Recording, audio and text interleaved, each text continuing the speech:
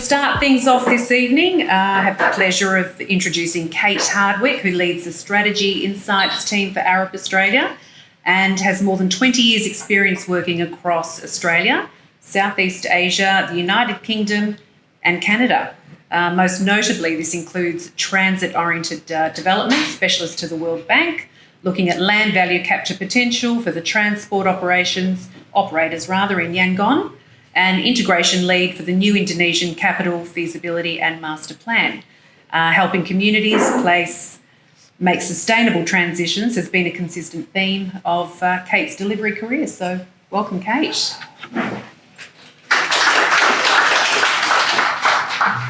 Thank you, and I get to show off the tech tonight so we can see it in action. Thank you very much for having me here tonight. It's really exciting. Pardon me. There we go.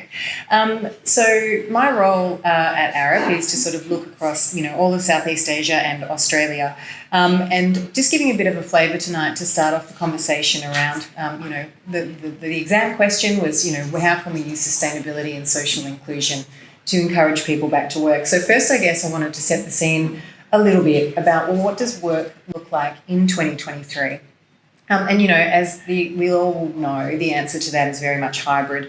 Melbourne, of all of the capital cities, and probably definitely most of the world, still is hanging on to more work from home days averagely. It's about 2 days a week for professionals, which is, a lot more than, I guess it's 1 day a week in a lot of the South Asian countries that I tend to work in.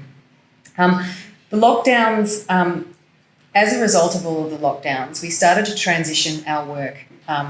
And meetings and online meetings became much more, it spiked through COVID as we sought to collaborate in the digital environment. The 2022 Microsoft study identified that it was as much as 153% increase in the number of meetings that we have. And for a lot of people, that level of online meeting cadence hasn't really changed while we're grappling with hybrid. That same report identified that as many as 46% of people have overlapping or double booked meetings in their calendars.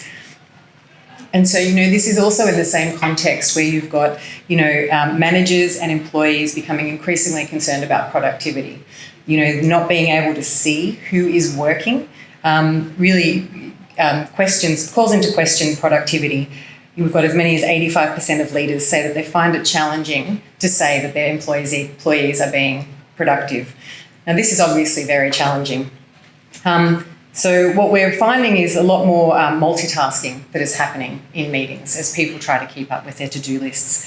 I think it's 42% of participants in the global survey identified that they were doing a lot of multitasking through meetings, and that is only just accounting for responding to emails and sending texts. In reality, it's much higher considering reading emails and doing web-based work. So it's this lack of control over work-life balance, to-do lists that need to fit in around a packed meeting agenda, and concerns about productivity, which is really contributing to the inertia of getting Melbourneians back into the office and looking and creating friction between employers who are trying to mandate return to office. So I wanted to spend some time thinking about sustainability and inclusion, and what does that look like for workers and employers in 2023? We all know someone, or possibly many people, who reevaluated what work meant to them after the pandemic.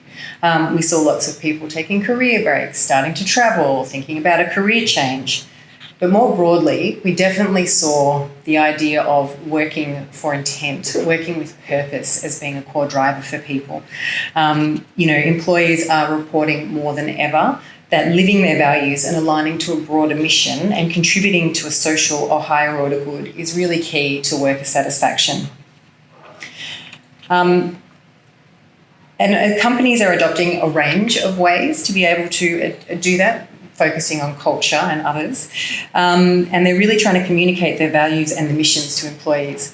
This building here is one of Arup's own experiences. This is an upgrade project for our Auckland office, the Hayman Confield building in the Britomart precinct.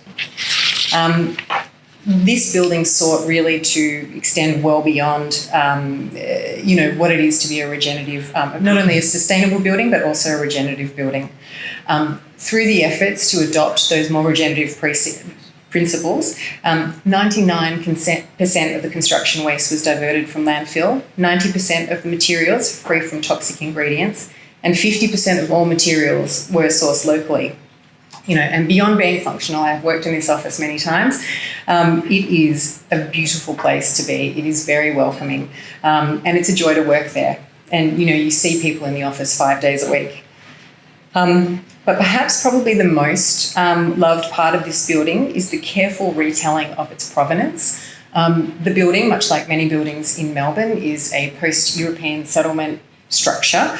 But what we wanted to do for this project is really dig a lot deeper into that. And they really tried to integrate an earlier narrative arc into the storytelling about this building. The regenerative practices and processes that were designed collaboratively with the local Māori tribe to bring forward that mana whenua, the Indigenous local knowledge, into the storytelling, but also into the design practices that were developed to deliver the project. So what do we want? One of the benefits, I think, of having this conversation with a couple of years behind us after the last lockdown, we can really see how the market has been responding to these kind of drivers, and it's playing out, and I'm sure all of you are well aware, in the office rental market across Melbourne. We still have historically high vacancy rates in the order of 16% on November numbers.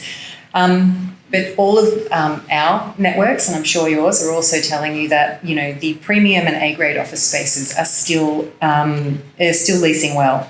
And, this isn't really a surprise, given that there tends to be a flight to quality for investors during a downturn. And for tenants, it's a preference towards smaller footprints, more energy and water efficient buildings to deal with rising energy costs. These kind of buildings also offer the flexibility for tenants and employees to come together, to give the collaboration space to break into project-based groups or disconnect into more intimate spaces.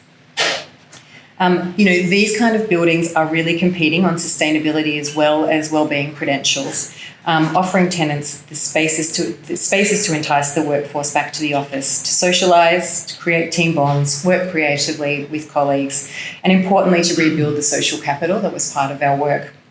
We're also hearing anecdotally, and drawing back onto the New Zealand example, that buildings are competing on their sense of identity and provenance. And so with the high-profile retrofit buildings that we're all quite familiar with, really being marketed as a point of difference.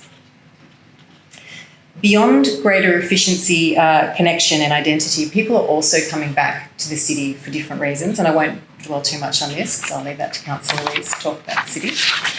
But, it really is, looking to come to the city to do a much broader range of things. If we're going to get out of our living rooms or out of our offices, we need to be able to do far more tasks in terms of socialising, recreating or running errands. So I wanted to quickly talk on, potential solutions, and I think it's probably not a bad idea to kind of restate the problem. A few years ago when we were talking about having these kind of conversations about what the impact would be for cities, we were deeply worried that it would fundamentally change our cities and, hollow them out and render them redundant. But it seems a little bit different in 2023. People are wanting to connect after so long. People are looking to the office to come and connect, and they are returning to the CBD. But the what, the why, and the how has really changed. The spaces we want to occupy are different. The hours we want to work are different. The purpose for our trips are really expanded. And the challenge of the climate change crisis and the need to get to net zero is far more pressing. So in light of all of that, there's so much of the office buildings and the built environment can contribute to sustainability and inclusion in space. I think probably a number of people in this room went to the retrofit symposium held by the Melbourne School of Design a couple of weeks ago. And they were talking about a really notable retrofit project, 500 Burke Street as an example. It's It's an incredible project, very, very strong ESG people and wellness drivers to the point where they're reusing ceiling tiles and all of the furniture. What was really compelling about this was it's the quality of the underlying structure that really made the whole process possible, or the ability to sort of to reimagine this building to offer a whole host of new services for its tenants. So my first solution is design for adaptive reuse. Design for adaptive reuse while focusing on high quality. And I feel relatively comfortable in this audience of designers that I'm on a good footing here. The second of these things is really designing focusing on getting back to basics. You know, I've worked on lots of big rail and infrastructure projects. You know, they have a 100+ year design life. And, you know, we spent a lot of time in the early stages of that process really thinking about, you know, what will the city be like in 100 years? How are we going to use these spaces? What do we want from these spaces? And it really was a challenge with lots of foresighting and lots of workshops to try and work that through. But it doesn't really seem to be as much of a challenge to think forward for buildings as it is for rail infrastructure. You know, I think when I reflect on the sort of the 500 Burke Street, the NAB project example, you know, planning for adaptive reuse 50 years into the future doesn't seem that hard, particularly when you get the comfort fundamentals right. In 50 years' time, access to light, ceiling height, ventilation, all those other elements will still be important for humans and people to feel comfortable in those spaces. So number 2 is thinking about getting back to basics. And finally, facilitating hyper-local by thinking about it in the vertical. You know, we have so many vacant lower grade buildings in the city. There's an incredible opportunity to play with this idea, stacking different types of programs into the same building to give office spaces really that dynamic ecosystem in which to coexist and to foster the resilience of our building stock. The idea of radical mixed use is by no means a new one. Designers and planners have for a very long time lamented the lack of vertical diversity in our cities.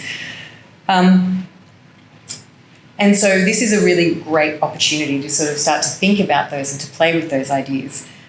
Melbourne is unlike a lot of other cities. We have a high proportion of residential stock, building stock in our cities, thanks to the Postcode 3000 initiative by the City of Melbourne. But we don't have that same sense of vertical stacking as we see in Japan or other Asian cities. We know that restrictive regulations, security concerns, and legacy have tended to stand in the way of the past, but the potential benefits are really broad. And so, thinking to extend the opportunity to spread across portfolio risk, create revenue diversification, drive compact walkable spaces, and create more opportunities for social inclusion. It's really a pointy time, I guess, in all of those things to kind of revisit and think about bringing back some of that opportunity into the city.